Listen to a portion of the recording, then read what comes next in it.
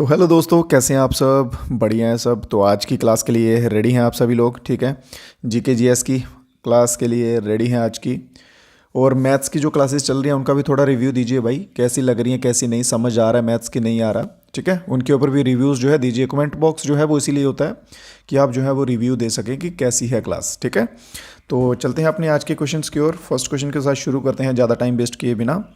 तो पहला क्वेश्चन भाई आज का हमारा क्या कहता है कि मोस्ट अबंडेंट हाइड्रोकार्बन पोल्यूटेंट कौन सी गैस है इनमें से? ठीक है, कौन है, सॉरी, इनमें से सबसे ज़्यादा हाइड्रोकार्बन का पोल्यूशन किस में होता है? तो जैसे कि लास्ट डे की क्लास में थे ये क्वेश्चन, ठीक है, तो ये होमवर्क के बेस पे थे। तो मीथेन जो है इसका सही आंसर रहेगा। क्वेश्चन हम इस तरह से करवाते हैं, डेली के 15-20 के बीच में क्वेश्चंस रहते हैं, ठीक है, और टारगेट जो है उनसे 5 क्वेश्चन कम का रहता है। तो आज की क्लास में भी सेम रहेगा। तो चलते हैं अगले क्वेश्चन की ओर। नेक्स्ट क्वेश्चन क्या पूछा गया है? Dimension of football ground pitch. Football ground का जो पिच होता है उसका डायमेंशन जो है वो कितना होता है? क्लियर है? तो आंसर देखिए, हिंदी इंग्लिश दोनों लैंग्वेजेस में जो है वो दिए हुए हैं। तो फुटबॉल ग्राउंड जो पिच है उसका डायमेंशन होता है 105 मीटर लंबा होता है और 67 मीटर जो है वो चौड़ाई में होता है। ठीक है, 105 मीटर लॉन्ग और 68 मीटर जो है वो वाइड होता है, जो कि ऑप्शन नंबर 1 बिल्कुल सही कहता है। नेक्स्ट क्वेश्चन देखते हैं। गांधी जी के द्वारा भाई कौन सी किताब जो है वो लिखी गई है? कौन सी बुक जो है वो गांधी जी के द्वारा लिखी गई थी? Which book was written by Gandhi ji? Hind Swaraj, Indian pilgrimage, या फिर वाई एम एथिस्ट? आज का क्लास जो है वो थोड़ा शॉर्ट रहेगा, ठीक है, एज़ कम्पेरेटिवली जो अदर क्लासेस आते हैं हमारे, ठीक है। आज की क्लास में क्वेश्चन थोड़े से कम रहेंगे। तो महात्मा गांधी जी के द्वारा कौन सी बुक लिखी गई है? हिंद स्वराज जो है वो लिखी गई है। इसको हम रैपिड या कह सकते हैं कि रैपिड रिवीजन टाइप क्लास रहेगा, एक टाइप का आपका मॉक हो रहा है। क्लियर है? तो लाइक वगैरह भी साथ साथ में करते जाइएगा सभी दोस्त। तो बढ़ते हैं अगले क्वेश्चन की ओर। रुद्राक्ष बाला साहेब पाटिल जो हैं उन्होंने 10 मीटर एयर राइफल में कौन सा मेडल जो है जीता था? ठीक है, रुद्राक्ष बाला साहेब पाटिल, इन्होंने 10 metre air rifle ISSF world championship में कौन सा मेडल जीता था? क्लियर है? तो इन्होंने मेरे भाइयों जीता था कौन सा? गोल्ड मेडल जो है वो जीता था। ठीक है, ये कब हुए थे भाई? ये करंट अफेयर का क्वेश्चन है, ठीक है, ऐसे मत सोचना कि कहाँ से आ गया। ये 2023 का क्वेश्चन है करंट अफेयर का। क्लियर है? और इन्होंने किसको डिफीट किया था? जर्मनी के प्लेयर को। जर्मनी के प्लेयर को इन्होंने डिफीट किया था, हराया था। अगले क्वेश्चन की ओर बढ़ते हैं। Which Indian scientist has honour of receiving not only Nobel prize but also Bharat Ratna? भाई एक ऐसा इनमें से साइंटिस्ट बताइए, इंडियन साइंटिस्ट पूछा है इन्होंने, कि जिसे सिर्फ नोबेल प्राइज़ ही नहीं मिला बल्कि भारत रत्न भी मिला है। ठीक है, मतलब दोनों मिले हैं, नोबेल प्राइज़ भी मिला हुआ है और भारत रत्न भी मिला हुआ है। ठीक है, तो बात करते हैं सबसे पहले डॉक्टर विक्रम साराभाई की। डॉक्टर विक्रम साराभाई, इन्हें क्या कहा जाता है? इन्हें कहा जाता है फादर ऑफ स्पेस। ठीक है, father of space Indian, sorry पूरा कहते हैं इंडियन स्पेस प्रोग्राम। ठीक है, इंडियन स्पेस प्रोग्राम। ठीक है, इन्हें father of Indian space programme कहते हैं।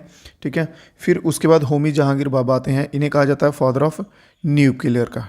ठीक है, न्यूक्लियर एनर्जी का, न्यूक्लियर एनर्जी का किसे फादर कहा जाता है? होमी जहांगीर बाबा। और बात करते हैं अपने जेसी बॉस की। ठीक है, जेसी बॉस जगदीश चंद्र बॉस। कौन है ये? जगदीश चंद्र बॉस। ठीक है, इनकी सर्च जो है जो प्लांट्स के रिलेटेड है। ठीक है, इनकी सर्च किसके रिलेटेड है? प्लांट्स के रिलेटेड है। और इंपॉर्टेंट बात इनके रिलेटेड ये है कि 1904 में इन्हें, ठीक है, 1904 में इन्हें US पेटेंट अवार्ड मिला था। 1904 में इन्हें US पेटेंट अवार्ड मिला था। और बचते हैं हमारे option number C, doctor CB Raman, जिनको कि नोबेल प्राइज़ भी मिला हुआ है और भारत रत्न वो भी मिला हुआ है। ठीक है, नोबेल प्राइज़ कब मिला था भाई? 1930 में। 1930 में जो है इनको नोबेल प्राइज़ मिला था। और भारत रत्न की बात की जाए तो 1954 में इन्हें भारत रत्न भी मिला था। जो कुछ क्वेश्चंस नहीं आते हैं मेरे भाई, आपको क्लियर बोलता हूँ आपको कि नोट्स बनाना शुरू कर दीजिए, बेनिफिशियल रहेंगे। नहीं तो बाद में आप रोएंगे कि एग्ज़ाम का लेवल हाई था, जहाँ ऐसा हुआ, जब ऐसा हुआ, बहाने बनाएंगे। ठीक है, नोट्स बनाइए साथ साथ में और रिवीजन कीजिए उनकी, कम से कम 3-4 बार कंप्लीट रिवीजन होनी चाहिए आपकी एग्ज़ाम से पहले। ठीक है, बढ़ते हैं अपने नेक्स्ट क्वेश्चन की ओर। Pandit Ravishankar was one of the best known player of, Pandit Ravishankar भाई जो हैं इनका संबंध जो है वो किससे है, ठीक है, कौन से इंस्ट्रूमेंट से पंडित रविशंकर जी का संबंध है, सितार, सरूद, सारंगी या फिर तबला। बहुत बढ़िया, तो आंसर हमारा रहेगा सितार के साथ। किसके साथ? Sitar, option number A. Pandit Ravishankar जो है इनका संबंध सितार के साथ है। और ये नॉर्थ इंडियन क्लासिकल म्यूजिक में थे, ठीक है, north Indian classical music, north Indian classical music में पंडित रविशंकर थे। क्लियर है? यहाँ तक किसी क्वेश्चन में अगर कोई डाउट रहता है, देखिए मैं इतनी फैसिलिटी भी आपको देता हूँ कि आपके हर एक कमेंट का जो है रिप्लाई मिल जाएगा आपको। अगर कोई डाउट होगा तो ऐसे आप कुछ भी करेंगे उसका नहीं, अगर कोई डाउट होगा, कोई रिव्यू होगा आपकी तरफ से, कोई सजेशन होगा तो डेफिनेटली, ठीक है। चलिए नेक्स्ट क्वेश्चन देखते हैं। Sengol was the first given to which of the following personalities from India, ठीक है।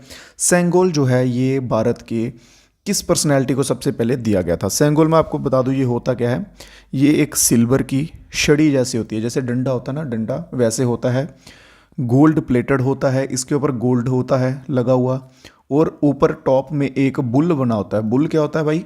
बुल होता है सांड वगैरह, बैल वगैरह आप कह सकते हैं, सांड नहीं बैल, ठीक है। एक बुल ऊपर बना होता है इसके ऊपर, सेंगल के ऊपर, ठीक है।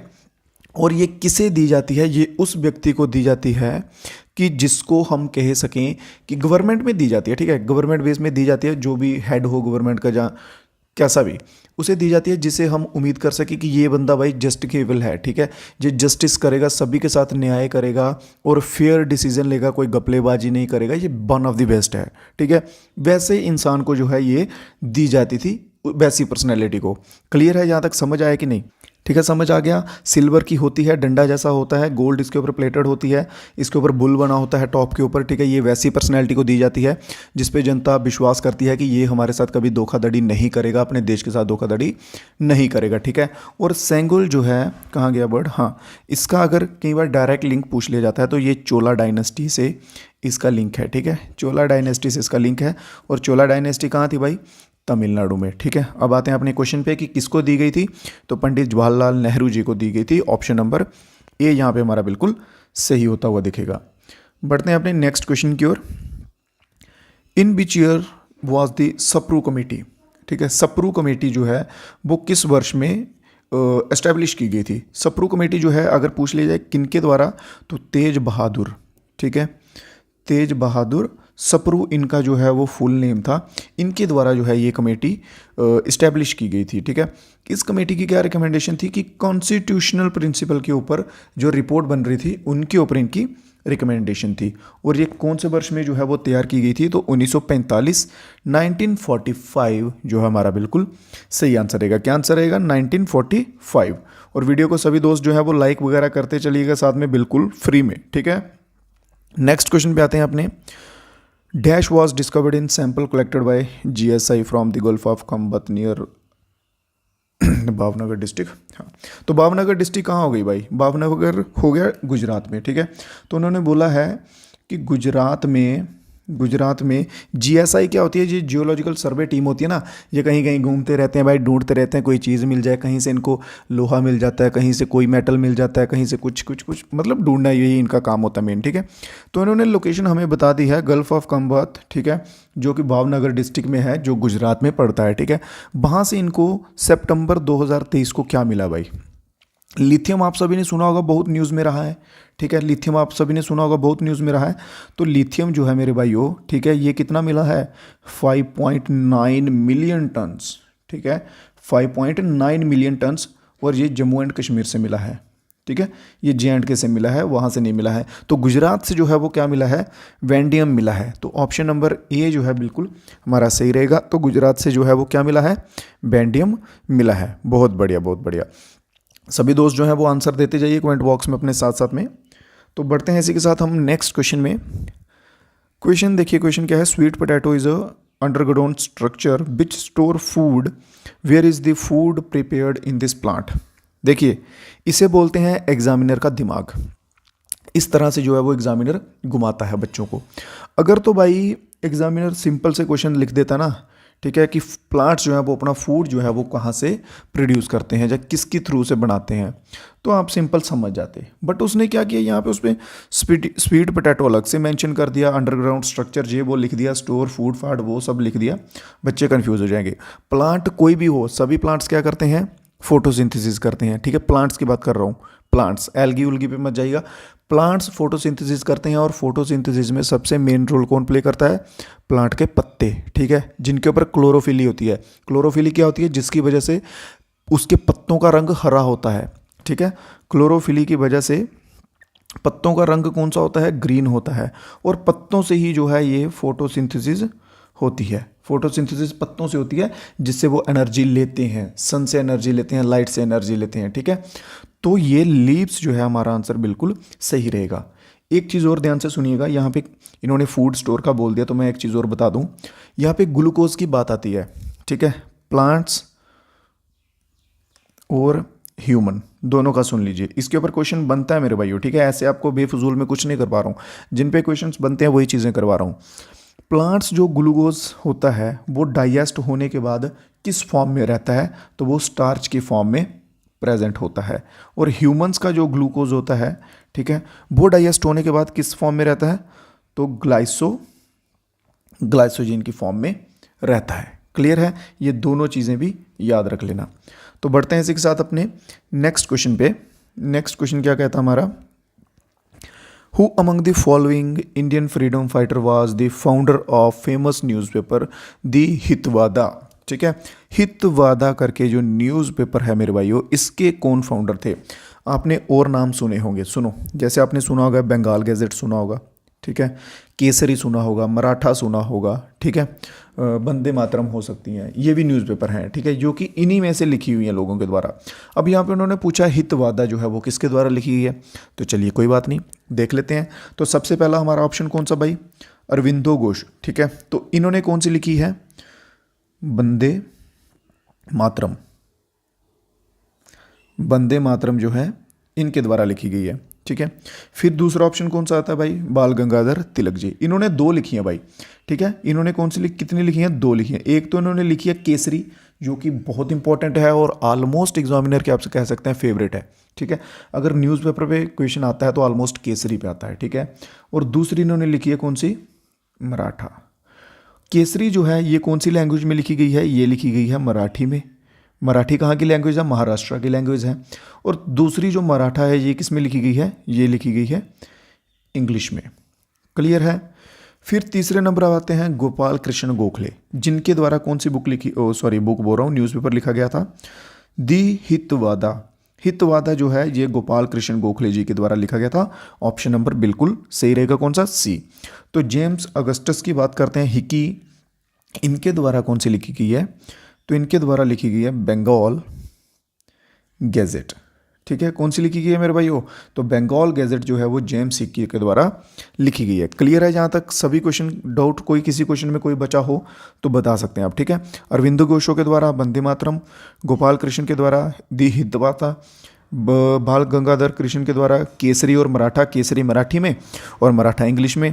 तो जेम्स अगस्टस हिकी के द्वारा बंगाल गैजेट जो है वो बिल्कुल सही आंसर रहेगा। ठीक है, इसके सिवा बताइए किसी भाई को कोई डाउट किसी क्वेश्चन में बचा हो तो आप बेझिझक जो है वो बता सकते हैं। ठीक है, एक चीज़ आपसे मैं फिर से रिक्वेस्ट करके कह रहा हूँ कि नोट्स बनाइए, नोट्स बनाइए। अगर नोट्स नहीं बना रहे हैं स्क्रीनशॉट ले लीजिए, कैसे भी कीजिए। चाहे आप अगर नोट्स नहीं बना रहे हैं तो वीडियो जो आ रही है, ठीक है, उसको 2 से 3 बार देखो कम से कम। ठीक है, एक बार मान लो आज देख ली, एक बार फिर रात को देख लो, फिर एक हफ्ते के बाद देख लो। ठीक है, उससे क्या होगा, आपकी रिवीजन भाई अच्छे से हो जाएगी। अगर आप रिवीजन नहीं करोगे और पढ़ते रहोगे पढ़ते रहोगे पढ़ते रहोगे, चाहे आप 1000 क्या 2000 क्वेश्चन भी पढ़ लोगे ना, तो दिमाग में कुछ नहीं बैठेगा। आज पढ़ोगे कल भूल जाएगा, परसों भूल जाएगा, नहीं तो उससे अगले दिन भूल जाएगा, ये गारंटेड है। रिवीजन जो है ये बहुत ज़रूरी है। बहुत से बच्चे कहते हैं कि सर पढ़ा था, क्वेश्चंस आए थे, आपके पढ़ाए हुए आए थे, बट हमें एग्ज़ाम के टाइम पे याद नहीं आ रहे थे। तो इसका यही कमी है कि रिवीजन की कमी दिखती है। ठीक है, तो रिवीजन करो सभी मेरे भाई। तो बाकी इसके सिवा व्हाट्सएप ग्रुप डिस्क्रिप्शन में दिया रहेगा, वहाँ पे भी ज्वाइन कर लीजिएगा। अपडेट जो है वो वहाँ पे मिलते रहते हैं, कुछ पीडीएफ्स होती हैं अगर मेरे पास तो वो भी आपको वहाँ पे प्रोवाइड करवा देता हूँ, ठीक है। तो मिलते हैं फिर नेक्स्ट क्लास में। आज की क्लास आपको जैसे बोला था मैंने, थोड़े कम क्वेश्चंस रहेंगे, तो नेक्स्ट क्लास में मिलेंगे फिर से अपनी पुरानी फॉर्म के साथ, वही लेवल के क्वेश्चंस के साथ। तो तब तक के लिए दीजिए इजाज़त भाइयों, मिलेंगे तब तक। जय हिंद, जय भारत।